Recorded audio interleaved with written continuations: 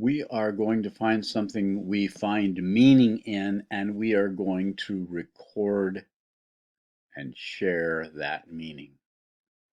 This is something my great or possibly great-great-grandfather carved.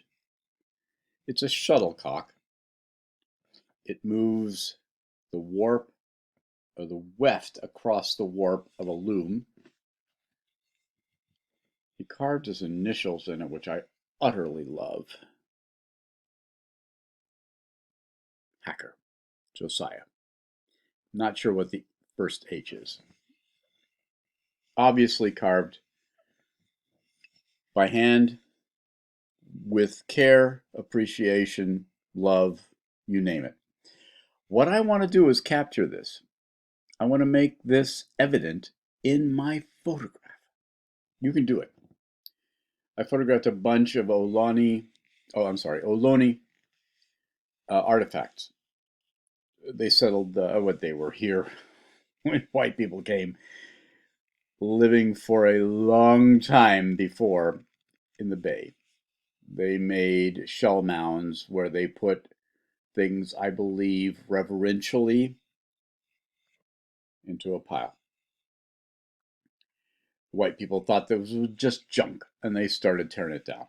Fortunately, people from the UC Berkeley, brand new, came, rescued them. 100 years later, asked me to photograph them, and I wanted to make them look like they had the spirit of the people who had held them, used them, created them. So what we want to do with this object is to show the spirit. Now, maybe not the person who made it, but what it means to you. How does light affect it? Hard light.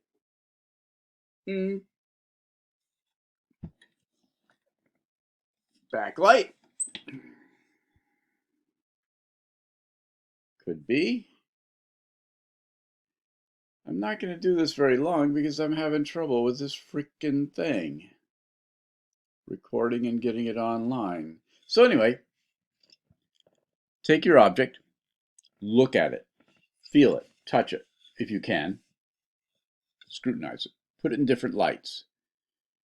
Find the light that seems to mean the most, reveal the most of the object. Put your camera there. Use the aperture shutter speed ISO we talked about before.